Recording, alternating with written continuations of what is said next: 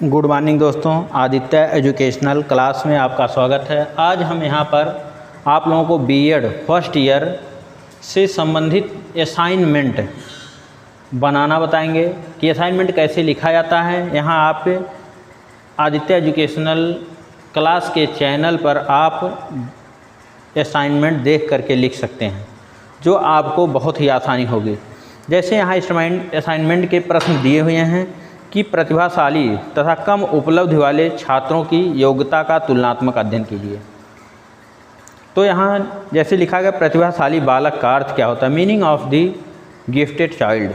प्रतिभाशाली बालक सामान्य बालकों से सभी बातों में श्रेष्ठतर होते हैं। उनके विषय में कुछ विद्वानों के विचार अग्रलिखित हैं। स्किनर एवं हैरीमैन के अनुसार प्रतिभाशाली शब्द का प्रयोग उन एक प्रतिशत बालकों के लिए किया जाता है जो सबसे अधिक बुद्धिमान होते हैं। क्रो एवं करो के अनुसार प्रतिभाशाली बालक दो प्रकार के होते हैं। पहला, वे बालक जिनकी बुद्धि लब्धि 130 से अधिक होती है और जो असाधारण बुद्धि वाले होते हैं। दूसरा, वे बालक जो कला, गणित, संगीत, अभिनय आदि में एक या अधिक में अधिक विशेष योग्यता रखते हैं। इसे हम प्रतिभाशाली बालक कहते हैं। अगला, टर्मन तथा ओडन के अनुसार प्रतिभाशाली बालक शारीरिक गठन, सामाजिक समायोजन, व्यक्तित्व के लक्षणों, विद्यालय उपलब्धि, खेल की सूचनाओं और रुचियों की बहुरूपता में सामान्य बालकों से बहुत श्रेष्ठ होते हैं। प्रतिभाशाली बालक की शिक्षा। Education of gifted child. प्रतिभाशाली बालक को किस प्रकार की शिक्षा दी जानी चाहिए, इसका उत्तर देते हुए हैविंग हर्ष ने अपनी पुस्तक a survey of the education of gifted children में लिखा है कि प्रतिभाशाली बालकों के लिए शिक्षा का सफल कार्यक्रम वही हो सकता है जिसका उद्देश्य उनकी विभिन्न योग्यताओं का विकास करना हो। इस कथन के अनुसार प्रतिभाशाली बालकों की शिक्षा का कार्यक्रम इस प्रकार होना चाहिए।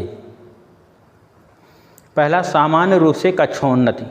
कुछ मनोवैज्ञानिकों का विचार है कि प्रतिभाशाली बालकों को एक वर्ष में 2 बार कक्षोन्नति दी जानी चाहिए। उसके विपरीत दूसरे मनोवैज्ञानिकों का विचार है कि कुछ ऐसा करना उनको सीखने की प्रक्रिया के क्रमिक विकास के लाभ से वंचित करना है। उनका विचार यह भी है कि उसकी सब विषयों में विशेष योग्यता हो। ऐसी दशा में उच्च कक्षा में पहुंचकर उनमें असमायोजन उत्पन्न हो सकता है। प्रतिभाशाली बालक को सामान्य बालकों से विभिन्न कक्षाओं में अध्ययन करना चाहिए। इसका अभिप्राय यह है कि प्रतिभाशाली बालकों को वर्ष के अंत में उसी प्रकार कक्षोन्नति दी जानी चाहिए जिस प्रकार अन्य बालकों को दी जानी चाहिए। उसके बाद विशेष व विस्तृत कार्यक्रम। एक वर्ष में 2 बार उन्नति देने के बजाय प्रतिभाशाली बालकों के लिए विशेष और विस्तृत पाठ्यक्रम का निर्माण किया जाना चाहिए। इस पाठ्यक्रम में अधिक और कठिन विषय होने चाहिए ताकि वे अपनी विशेष योग्यताओं के कारण अधिक ज्ञान का अर्जन कर सकें। स्किनर लिखा, प्रतिभाशाली बालकों के पाठ्यक्रम का निर्माण इस प्रकार किया जाना चाहिए जिससे उनकी मौखिक योग्यता, सामान्य मानसिक योग्यता और तर्क, चिंतन एवं रचनात्मक शक्तियों का अधिकतम विकास हो सके। इस उद्देश्य की प्राप्ति के लिए उनको खोज, मौखिक और स्वतंत्र कार्यों, क्रियात्मक और प्रयात्मक कार्यों के लिए उत्तम अवसर प्रदान किए जाने चाहिए। शिक्षा का व्यक्तिगत ध्यान। शिक्षक का व्यक्तिगत ध्यान। शिक्षक को प्रतिभाशाली बालकों के प्रति व्यक्तिगत रूप से ध्यान देना चाहिए। इसे प्रतिभाशाली बालकों के प्रति व्यक्तिगत रूप से ध्यान देना चाहिए। उसको नियमित रूप से परामर्श और निर्देशन देना चाहिए। इस विधि का अनुसरण करके ही वह उनको उसकी विशेष योग्यताओं के अनुसार प्रगति करने के लिए अनुप्रेरित कर सकता है। उसके बाद संस्कृति की शिक्षा। Education of culture. अपनी पुस्तक हलिंगवर्थ ने an square curriculum of rapid learner में लिखा है कि प्रतिभाशाली बालकों को अपनी संस्कृति के विकास की शिक्षा दी जानी चाहिए ताकि वे समाज में अपना उचित स्थान ग्रहण कर सकें। सामान्य बालकों के साथ शिक्षा। कुछ मनोवैज्ञानिकों का मत है कि प्रतिभाशाली बालकों को सामान्य बालकों से अलग विशिष्ट कक्षाओं और विशिष्ट विद्यालयों में शिक्षा दी जानी चाहिए।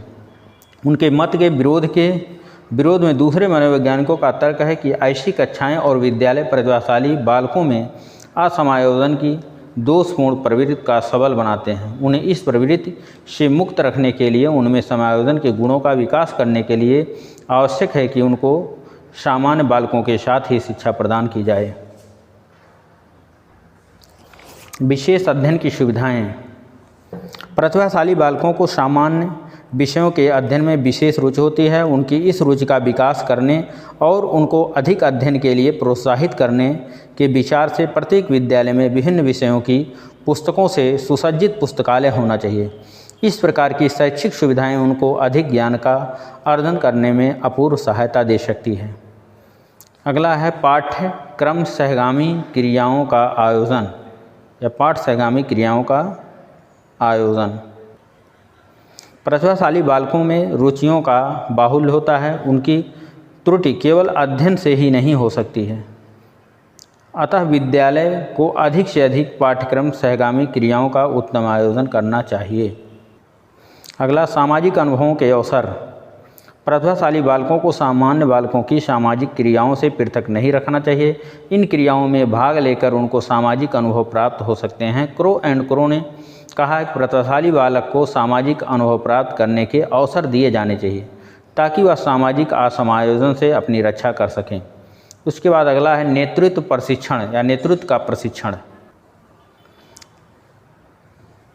क्रो एंड क्रो के अनुसार प्रतिभाशाली बालक से नेतृत्व की आशा करते हैं, इसलिए उनको विशिष्ट परिस्थितियों में नेतृत्व का अवसर और प्रशिक्षण दिया जाना चाहिए। अगला है व्यक्तित्व का पूर्ण विकास। शेफील्ड ने लिखा है कि अपनी पुस्तक the gifted child in the regular classroom में लिखा है, प्रतिभाशाली बालक की शिक्षा का मुख्य उद्देश्य सदैव उसके व्यक्तित्व का पूर्ण विकास करना होना चाहिए। इस दिशा में परिवार, विद्यालय और समाज को एक दूसरे को इस प्रकार का सहयोग देना चाहिए कि प्रारंभिक बाल्यावस्था से किशोरावस्था तक उसके व्यक्तित्व का पूर्ण विकास हो जाए। दूसरा, कम उपलब्धि वाले बालक का अर्थ। Meaning of the backward child. जो बालक कक्षा का औसत कार्य नहीं कर पाता है और कक्षा के औसत छात्रों से पीछे रहता है, उसे कम उपलब्धि का या पिछड़ा बालक कहते हैं। कम उपलब्धि वाले बालकों के विषय में अनेक विद्वानों ने अपने मत प्रकट किए हैं। परिभाषा शोनेल एवं शोनेल के अनुसार जो परिभाषा दी गई है यहाँ, पिछड़े बालक या कम उपलब्धि वाले बालकों उसी जीवन आय के अन्य छात्रों की तुलना में विशेष शैक्षिक निम्नता व्यक्त करते हैं। हिज मैजेस्टी कार्यालय के अनुसार कम उपलब्धि वाले बालक वे होते हैं जो उस गति से आगे बढ़ने में असमर्थ होते हैं और जिस गति से उसकी आयु के अधिकांश साथी आगे बढ़ रहे हैं। सिरिल बर्ट के अनुसार कम उपलब्धि वाले बालकों की क्या परिभाषा है?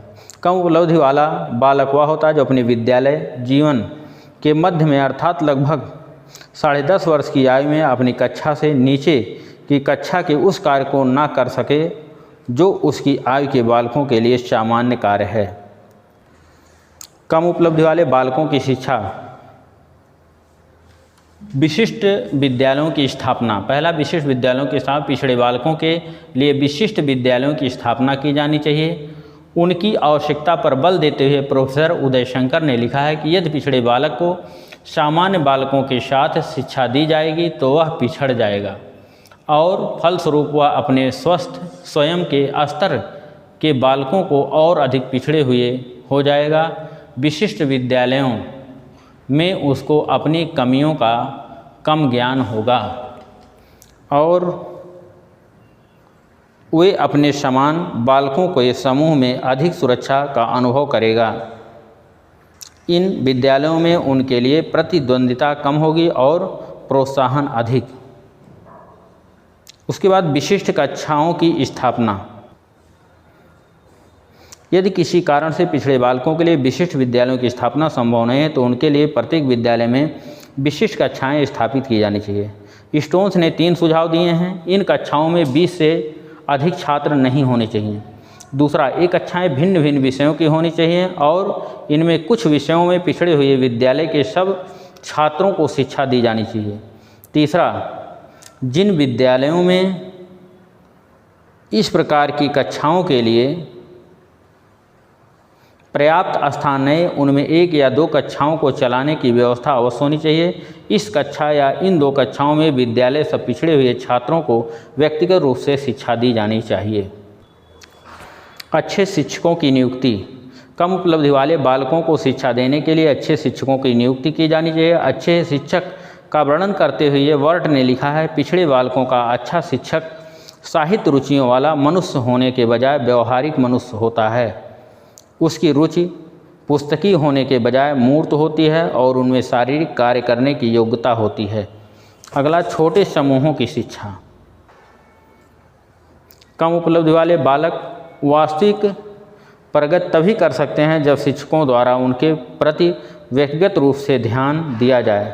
यह तभी संभव है जब उनको छोटे समूहों में शिक्षा दी जाए। स्टोन्स ने 3 सुझाव दिए हैं। पहला, एक कक्षा में 20 से अधिक छात्र नहीं होने चाहिए। यदि छात्रों में किसी प्रकार के शारीरिक दोष हैं तो उनकी संख्या 20 से कम होनी चाहिए। तीसरा, एक कक्षा के छात्रों को केवल एक अध्यापक द्वारा शिक्षा दी जानी चाहिए। अगला, विशेष पाठ्यक्रम का निर्माण।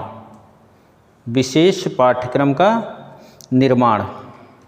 पिछड़े बालकों के लिए विशेष प्रकार के पाठ्यक्रम का निर्माण किया जाना चाहिए।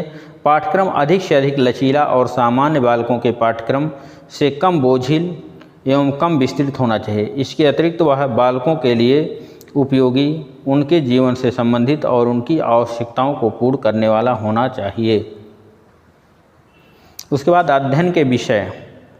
कम उपलब्धि वाले बालकों में अमूर्त चिंतन की योग्यता नहीं होती है। उनके अध्ययन के विषय में न तो मूर्त होने चाहिए और न उनमें सिद्धांतों एवं सामान्य नियमों की अधिकता होनी चाहिए। स्किनर हैरीमैन के अनुसार पिछड़े बालकों के विषयों का संबंध उनके सामाजिक वातावरण से होना चाहिए, क्योंकि शिक्षक का उद्देश्य बालक में सामाजिक वातावरण उत्पन्न करना है। हस्तशिल्पों की शिक्षा। पिछड़े बालकों में तर्क और चिंतन करने की शक्ति का अभाव होता है, इसलिए उन्हें मूर्त विषयों के रूप में हस्तशिल्पों की शिक्षा का प्रबंध किया जाना चाहिए, जैसे कताई, बुनाई, जिल्दसाजी और टोकरी बनाना। अगला, सांस्कृतिक विषयों की शिक्षा। मतलब कम उपलब्धि वाले जो उनको सांस्कृतिक विषयों की शिक्षा दी जानी चाहिए।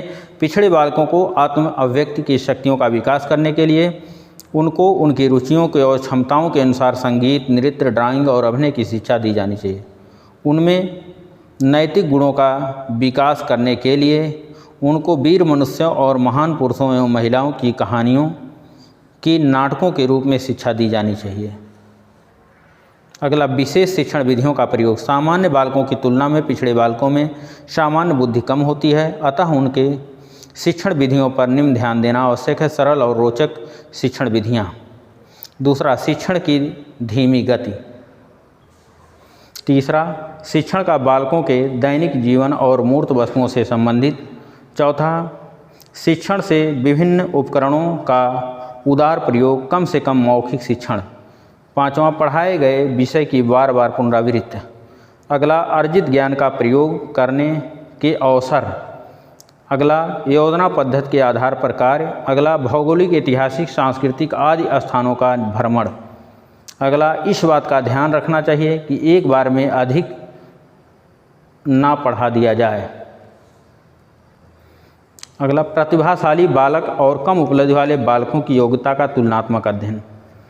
पहला, प्रतिभाशाली बालकों को शिक्षण विधि विशेष प्रकार की होनी चाहिए जिसमें वे स्वतंत्र ढंग से कार्य कर सकें तथा ज्ञान प्राप्ति के अवसर प्राप्त कर सकें।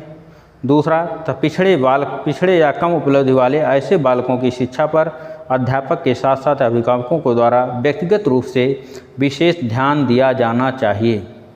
तीसरा, प्रतिभाशाली बालक को क्रियात्मक ढंग से पढ़ाना लिखाना चाहिए तथा विभिन्न प्रकार की क्रियाएं करवानी चाहिए जिससे वे संतुष्ट हो सकें।